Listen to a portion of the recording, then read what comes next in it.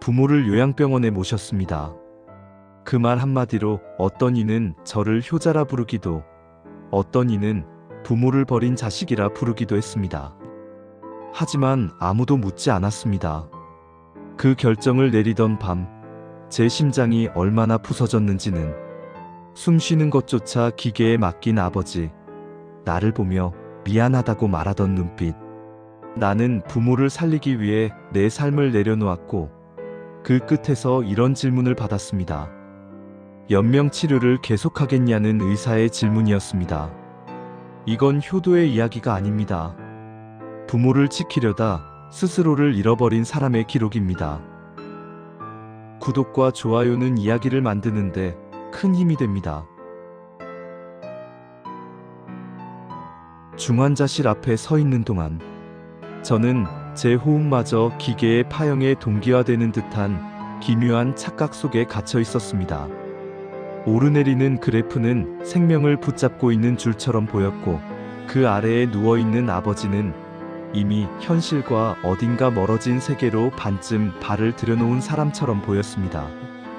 하얀 천 시트에 파묻힌 아버지의 몸은 더 이상 제가 알던 생의 무게를 가진 존재가 아니었습니다. 그런데 믿기 힘들게도 아버지가 잠깐 눈을 떴습니다. 흐린 초점 너머로 제 얼굴을 더듬듯 바라보는 그 눈빛은 말보다 더 잔인한 감정을 내게 밀어붙였습니다. 그 안에는 깊고 어두운 미안함이 침전되어 있었습니다. 이런 모습으로 내 곁에 남고 싶지 않다. 너를 괴롭게 하지 않고 싶다.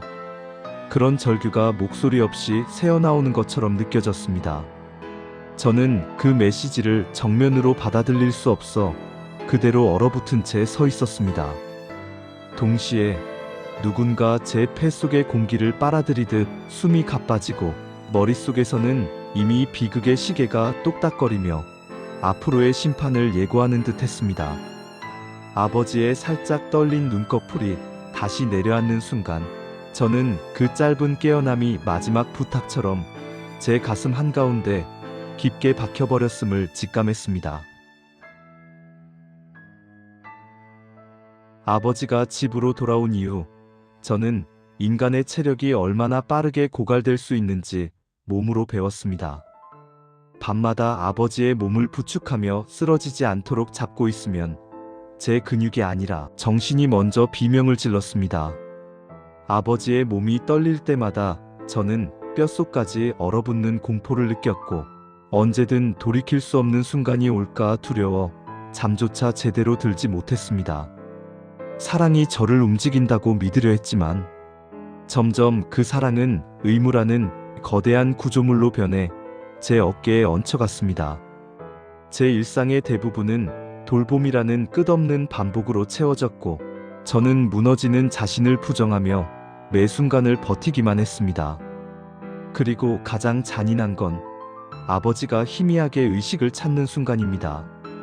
눈을 반쯤 감은 채 제 얼굴을 더듬는 그 표정 속에는 이렇게까지 내 힘을 써가며 나를 떠받칠 필요가 있겠느냐는 자책이 담겨 있었습니다. 그 시선이 제 마음을 찢어놓았습니다. 저는 아버지의 고통을 덜어줄 능력도 제 자신을 지킬 힘도 사라져가는 이 현실 앞에서 점점 더 미약한 존재가 되어갔습니다. 사랑이 짐으로 변해가는 소리가 매일 새벽마다 귓가에 울렸고 저는 그 무게를 홀로 견디다 서서히 굳어가는 사람처럼 변해갔습니다. 요양병원이라는 단어는 제 마음속에서만 희미하게 맴돌다 사라지곤 했습니다. 그것을 소리내어 말하는 순간 저는 아버지를 세상에서 내치는 사람처럼 느껴질 것 같아 입술에 건조한 공기만 맴돌 뿐 단어는 나오지 않았습니다. 그러나 새벽마다 경련으로 뒤틀린 아버지를 붙잡고 있으면 저는 점점 더 확실해지는 사실을 인정할 수밖에 없었습니다. 제 몸도 마음도 이미 한계점 위에서 버티고 있었습니다. 더 비극적인 건 그 혼란과 지옥 같은 새벽 사이사이에 아버지가 짧게 깨어날 때였습니다. 그때마다 아버지의 눈동자는 제 얼굴과 손끝을 번갈아 바라보고 다시 힘없이 감기곤 했습니다. 그 시선 속에는 분명했습니다. 이런 식으로 내 삶을 무너뜨리며 나를 지탱하지 말아라. 아버지의 체념과 미안함이 파도처럼 밀려오면 저는 가슴이 터질 듯 아려왔습니다. 그래서 더 말할 수 없었습니다. 그 단어 하나가 아버지의 마지막 자존심을 꺾는 일처럼 느껴져서 결국 저는 죄의식과 연민 사이에 갇혀 스스로를 조금씩 망가뜨리고 있었습니다. 상담실 책상 위에 놓인 서류들은 마치 사형 집행 문서처럼 보였습니다. 의료진은 정확하고 친절하게 설명을 했지만 저는 그 설명이 제 귓속에서 산산이 부서지는 느낌만 받았습니다. 손에 들린 도장은 유난히 무거웠습니다. 도장을 서류 위에 찍는 순간 종이에 번진 빨간 잉크가 제 심장에도 동시에 번져 들어오는 듯 했습니다. 마치 그 붉은 흔적이 내 평생 지워지지 않을 죄의 낙인처럼 다가왔습니다. 그러나 가장 고통스러운 건 그날 아버지가 잠시 의식을 회복했다는 사실입니다. 아버지는 침대에 누운 채 눈을 반쯤 뜨고 제 얼굴을 따라오려는 듯 시선을 흔들었습니다. 그 떨리는 눈빛 한 줄기 속에는 이런 결정까지 네가 하게 해서 미안하다는 깊은 자책이 숨어 있었습니다. 그 눈빛을 보고 난 뒤 저는 서류에 사인을 하는 내내 손끝이 얼어붙은 듯 움직이지 않았습니다. 저는 도장을 찍으면서 아버지를 지킨 것이 아니라 아버지를 제 손으로 더 먼 곳으로 밀어넣는 듯한 잔혹한 감각에 사로잡혀 떨렸습니다. 도장 소리가 아니라 제 가슴이 찢어지는 소리가 방 안에서 울려 퍼졌습니다. 요양병원으로 향하는 길은 이전과 전혀 다르게 느껴졌습니다. 같은 도로를 달리는데도 마치 세계가 우리 가족만 남겨둔 채 멀어져 가는 듯 했습니다. 아버지는 창밖을 바라보고 계셨습니다. 의식이 온전치 않아 보였지만 저는 그 시선 속에서 묘하게 단념한 감정을 느꼈습니다. 마치 남은 인생을 조용히 접어넣는 사람처럼 더는 저에게 부담을 덜어주고 싶어 하시지 않는 듯한 기류가 담겨 있었습니다. 차 안 공기는 숨조차 제대로 쉬기 어려울 만큼 무거웠습니다. 제 입술은 굳어 있었고 손은 운전대를 잡은 채 식은땀에 젖어 있었습니다. 병원 입구에 도착했을 때 저는 두 발로 땅을 딛는 것조차 두려웠습니다. 이 문을 지나면 다시는 되돌릴 수 없다는 직감이 너무도 뚜렷했습니다. 아버지를 부축해 천천히 병원 안으로 들어서는 동안 저는 제 영혼이 한 겹씩 벗겨져 나가는 것 같은 잔혹한 상실을 경험했습니다. 아버지는 몸을 맡긴 채 조용했지만 그 안에서 묵직하게 깔린 감정은 분명했습니다. 이제라도 너를 벗어나고 싶다. 짐이 되고 싶지 않다. 그 메시지가 울림처럼 남아 제 발걸음을 계속 흔들어 놓았습니다. 병실 문 안으로 들어서는 순간 저는 현실과 감정 사이에서 철저히 갈라졌습니다. 의료진의 손길은 정확하고 따뜻했으며 아버지의 움직임 하나하나를 즉각 파악해 필요한 조치를 취했습니다. 그 전문성은 제가 그동안 혼자서 해온 돌봄을 단번에 무너뜨릴 만큼 압도적이었습니다. 저는 그 모습에서 오랜 고통의 무게가 조금은 가벼워지는 듯하여 안도했습니다. 하지만 동시에 제 안의 존재감은 무자비할 정도로 축소되어 갔습니다. 아버지는 잠들기 직전 잠깐 눈을 뜨더니 간호사의 손길에 기대 숨을 고르는 듯 했습니다. 저는 그 장면을 바라보며 이상한 상실감을 느꼈습니다. 아버지가 제 손이 아닌 낯선 이의 손길에서 편안함을 얻는 순간 저는 가족이란 무엇인지 사랑이란 무엇인지 다시 되묻게 되었습니다. 그리고 비극적으로도 아버지의 그 잠깐의 안도 속에는 너는 이제 더 이상 나를 떠받치지 않아도 괜찮다는 위태로운 체념이 깃들어 있었습니다. 그 체념이 제 마음을 절단해버렸습니다. 면회 시간은 항상 짧았습니다. 그러나 그 짧은 시간 동안 제가 마주해야 하는 감정은 너무나 거대했습니다. 아버지는 대부분 흐릿한 눈빛으로 누워 있었지만 정말 가끔씩 현실로 돌아오는 때가 있었습니다. 그 짧은 각성의 순간 아버지는 제 얼굴을 바라보며 말없는 슬픔을 흘려보냈습니다. 그 눈빛 속에는 분명한 미안함이 있었습니다. 이렇게까지 나를 지키느라 너를 잃고 있구나. 더는 그러지 않았으면 좋겠다. 그러나 그 감정은 곧 힘없이 산산이 흩어져 아버지는 다시 자신이 어디에 있는지 모르는 표정으로 돌아갔습니다. 그 변화는 제 심장을 조여들게 했고 저는 눈물이 고이는 것을 억누르려 이를 악물었습니다. 저는 그 순간마다 한 가지 깨달음을 뼛속 깊이 느꼈습니다. 아버지가 서서히 사라지는 것이 아니라 제가 무너지는 속도가 더 빠르다는 사실을. 저는 매일 오겠다는 다짐을 쉽게 내뱉었지만 그 약속은 하루가 지나기도 전에 흔들리기 시작했습니다. 병원에 가는 길이 두려웠습니다. 단순히 몸이 피곤해서가 아니라 아버지의 고통을 마주할 때마다 제 내면이 형체를 잃어가는 느낌이 들었기 때문입니다. 그리고 어느 날 간호사에게서 들었습니다. 아버지가 잠시 의식을 찾았을 때 허공을 향해 손을 뻗었고 제 이름을 기억하려는 듯 입술을 떨었다고. 그 사실을 듣는 순간 제 심장은 그대로 바닥에 떨어졌습니다.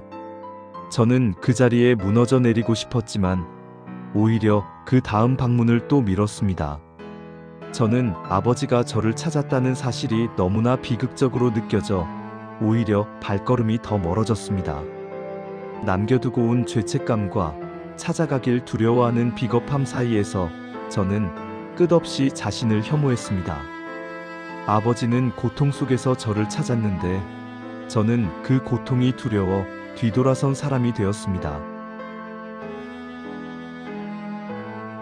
재활실 유리창 너머로 본 아버지는 전문가의 손길 속에서 조금 덜 고통스러워 보였습니다. 하지만 제 가슴을 가장 강하게 흔든 건 바로 그때입니다. 아버지가 갑자기 눈을 떠 저를 향해 고개를 아주 미세하게 돌렸습니다. 초점이 흔들렸지만 제 존재를 인식하려 애쓰는 움직임이 분명했습니다. 저는 유리 너머에서 아버지를 바라보며 숨조차 제대로 쉬지 못했습니다. 그리고 아버지의 얼굴에 잠깐 떠오른 표정은 안도도 기쁨도 아니었습니다. 그 표정은 네가 여기까지 오게 해서 미안하다. 나 때문에 너의 삶이 너무 작아졌다는 절절한 감정이었습니다. 그러나 그 감정은 얼마 가지 못했습니다. 아버지의 의식은 다시 흐려지고 얼굴은 고요 속으로 깊게 가라앉았습니다. 마치 말없이 사라져가는 사람처럼 저는 유리에 손바닥을 대고도 한 걸음도 병실 안으로 들어갈 수 없었습니다. 내가 없는 동안에만 깨어나는 아버지를 보는 이 비극은 제 영혼을 완전히 뒤틀어 놓았습니다. 의사는 때때로 퇴원이 가능할지도 모른다는 말을 했습니다. 하지만 그 말은 제게 희망이 아니라 또 다른 공포였습니다. 다시 집으로 돌아가 돌봄을 전부 감당해야 한다는 의미였기 때문입니다.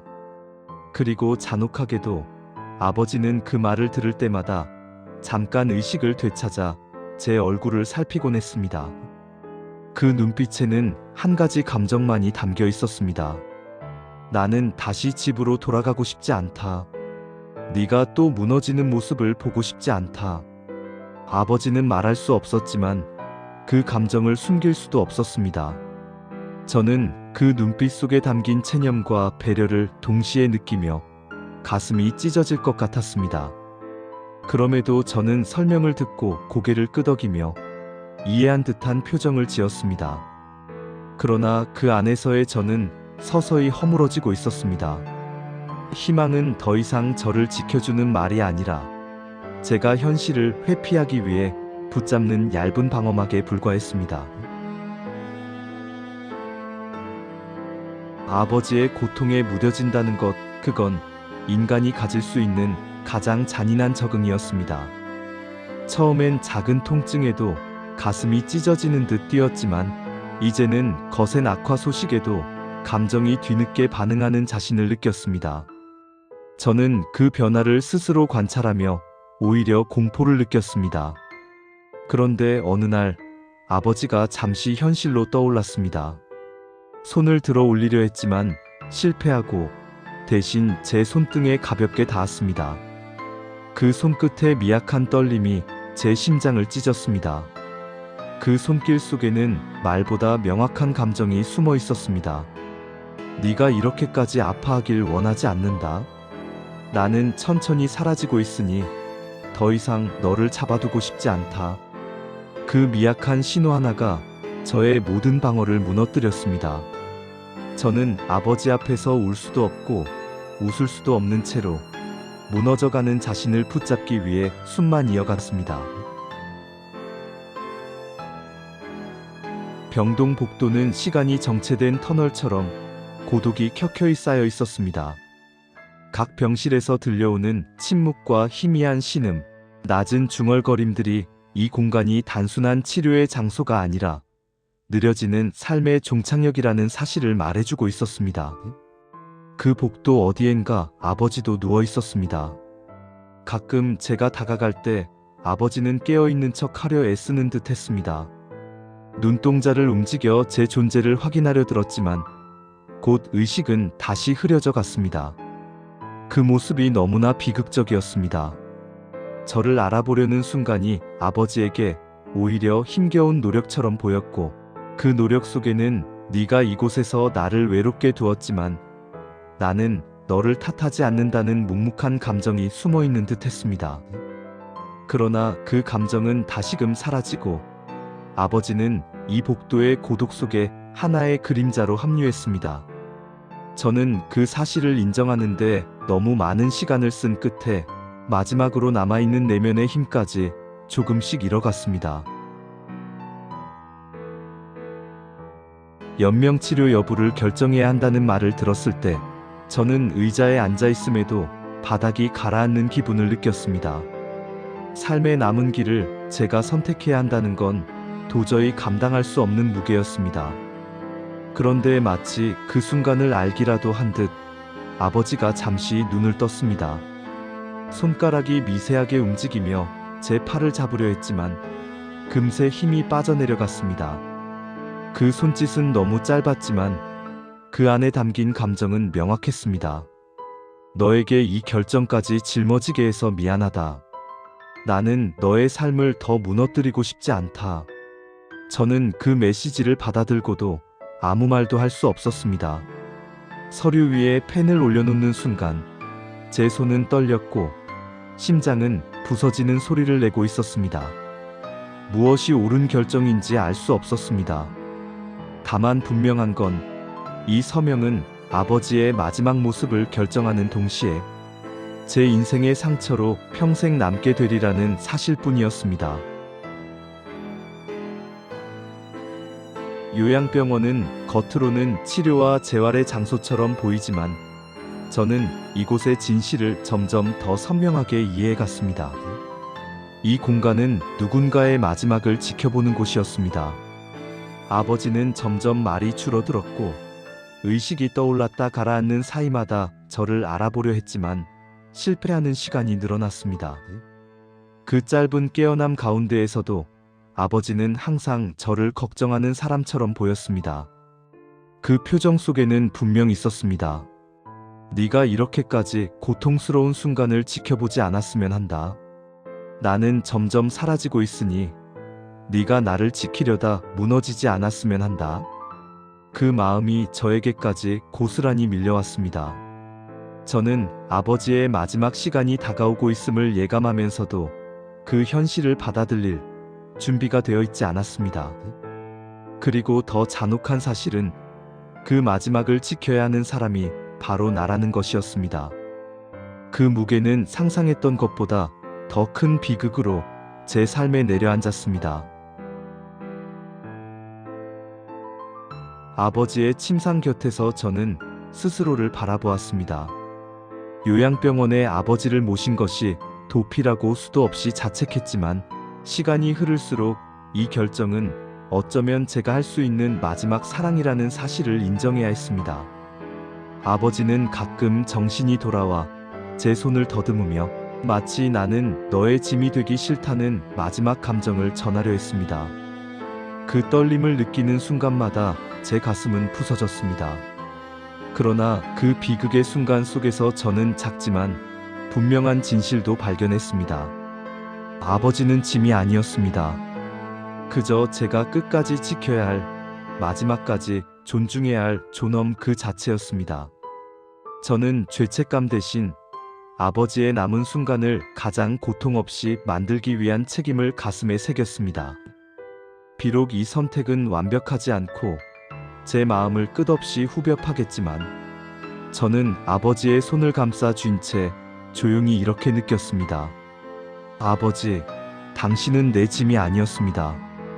당신은 끝까지 내 삶을 지탱한 이유였습니다.